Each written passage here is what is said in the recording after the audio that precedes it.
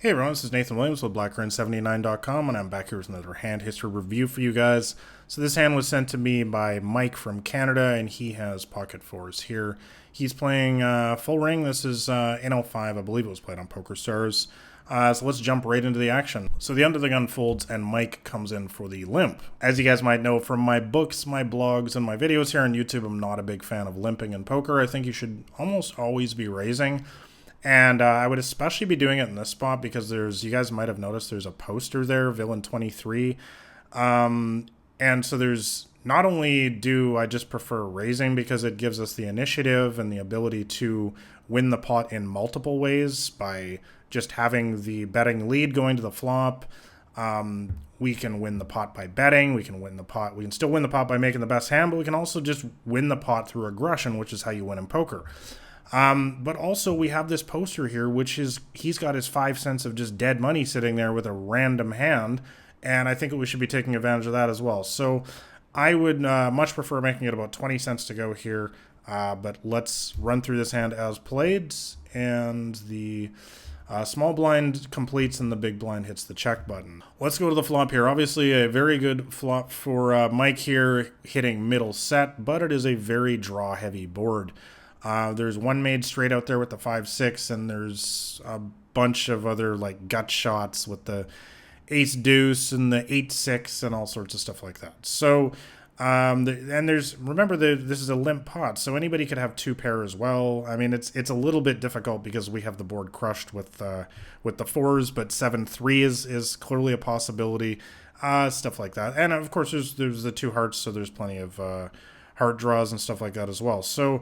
Lots of stuff going on here, but obviously we're really, really happy with our hand as well. So let's run through the action. Actually, before I want to get into the action here, I just want to go over the reads that Mike sent me, because as you guys know, that is my main thing in poker, is understanding the player type and making my decisions from there. And so that's why I'm such a big fan of using a HUDs when I'm playing online poker, or if I'm playing live poker, just really focusing on what kind of player I'm up against, because everything in poker is about adapting to your environment, is about playing the player. It's not about what is the best play, because the best play is different depending on the player type. So we always have to know that. If we really want to discuss a poker hand intelligently and talk about it on any kind of level that makes any sense, we have to know something about the players in the hand. So what do we have here? So Villain, let's get to the poster actually first. He's a 25-5-1. That's VPIP, PFR, and aggression factor. By the way, these are HUD stats. If you guys don't know what these mean, these are numbers that you can get on your table in an online poker game. I will have a link in the description below if you want to know how you can get these HUD stats, which are basically reads on your table.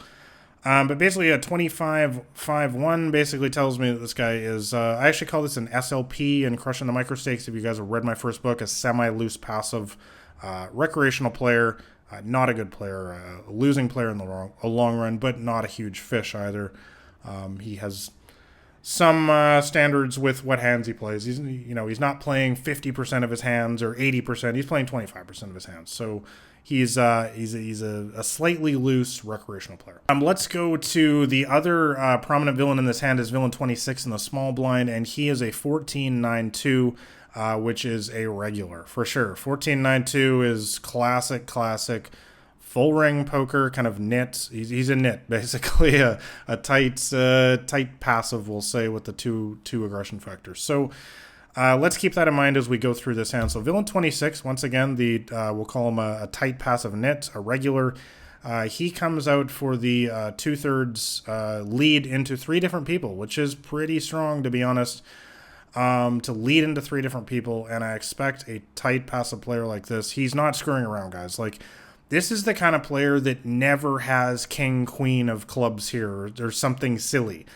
This is the guy who always has probably at least top pair in the spot here or some sort of big draw, or possibly even the one nut hand that beats us, or, well, there's 2 hands. I guess the pocket sevens does beat us technically too. But basically what I'm saying is I expect this guy to have a pretty strong range. Now let's not get crazy here. We've got middle set. I still think that we are way ahead of that range, but the point hopefully is clear here that a 14-9-2 full ring nit is not screwing around here betting into 3 people. He's got some for sure. So villain 27 gets out of the way. So what should Mike be doing in this spot here? Well, for me personally, I would just raise it up here, guys. I talk about this all the time at NL2. I just don't like balancing or I don't like screwing around. I just like just fast playing the heck out of anything because people are just going to call with anything at these stakes. I've said it so many times that that's how I've built some of the highest winnings and win rates in the history of this game, quite frankly.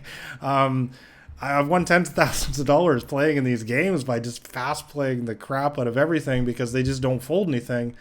There's so many draws on this board. There's so many hands like that I think we'll call. We have Villain 23, who is a recreational player right behind us, left to act. If he's got some sort of draw, he's coming along. So, but Mike decides to just call. And I will say, it's not a huge mistake, but I just think that there's a lot more value at these stakes of just fast playing your hand and getting more money in the middle. So the recreational player decides to call as well. We go to a turn.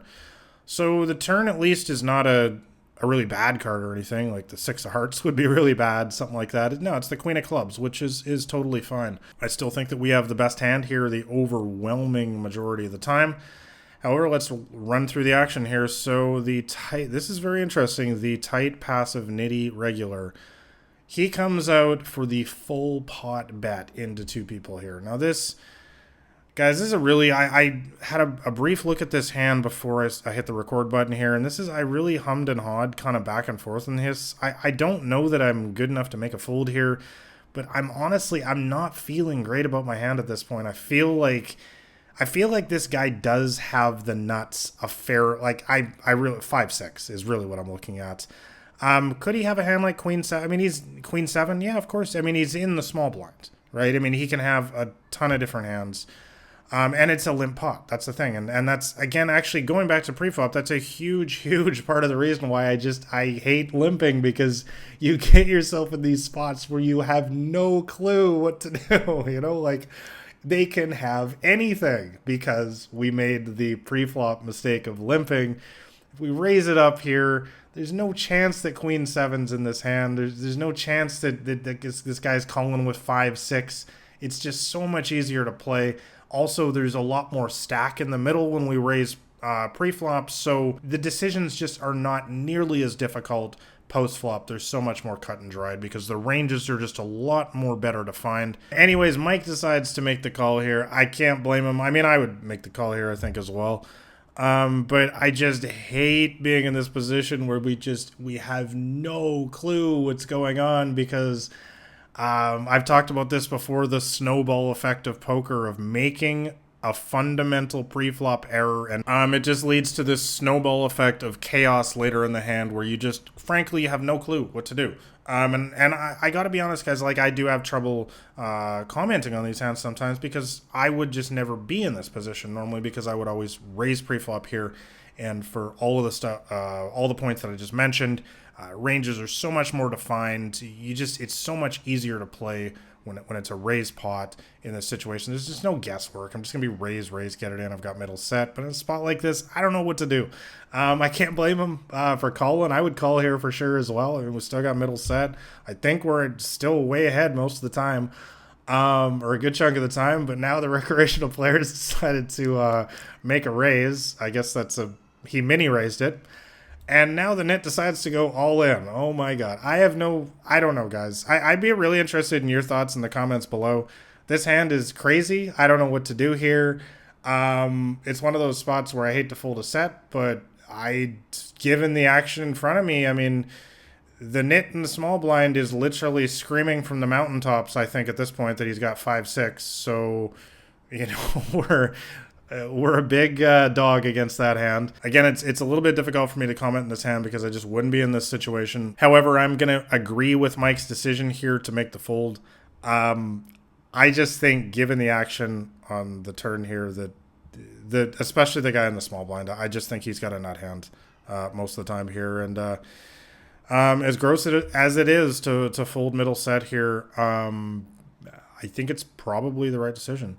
So anyways, those are my thoughts on this hand. I really, once again, I just think that making the correct decision pre-flop changes everything in the spot. I think that a huge part of winning poker, especially at the lower stakes, is just not getting ourselves in positions like this in the first place. And that is why I harp on the fundamentals so much all the time, is to just have a fundamental game plan for exactly how you're going to play every hand starting from pre-flop. And it really should just be a raise, like literally 100% of the time. Will be your best strategy in these games from my experience, playing millions of hands in these games.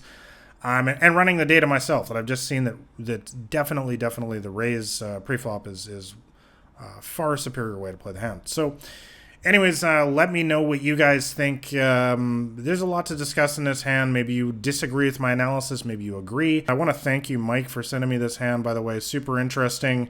I hope that my analysis was helpful for you and for the rest of you guys out there as well. So make sure you let me know your comments below how you would have played this hand. I'm definitely interested to hear your thoughts. Also, make sure you guys like this video and subscribe to my YouTube channel if you want to see tons more hand history reviews like this and poker strategy videos. And lastly, make sure you download a copy of my free poker strategy guide. It's the top link in the description below. It's called Massive Profit at the Micros. It's a free little 50-page ebook that will give you my complete strategy on how I crush these stakes. So thanks a lot for watching, guys. It's been Nathan Williams with bluffing79.com.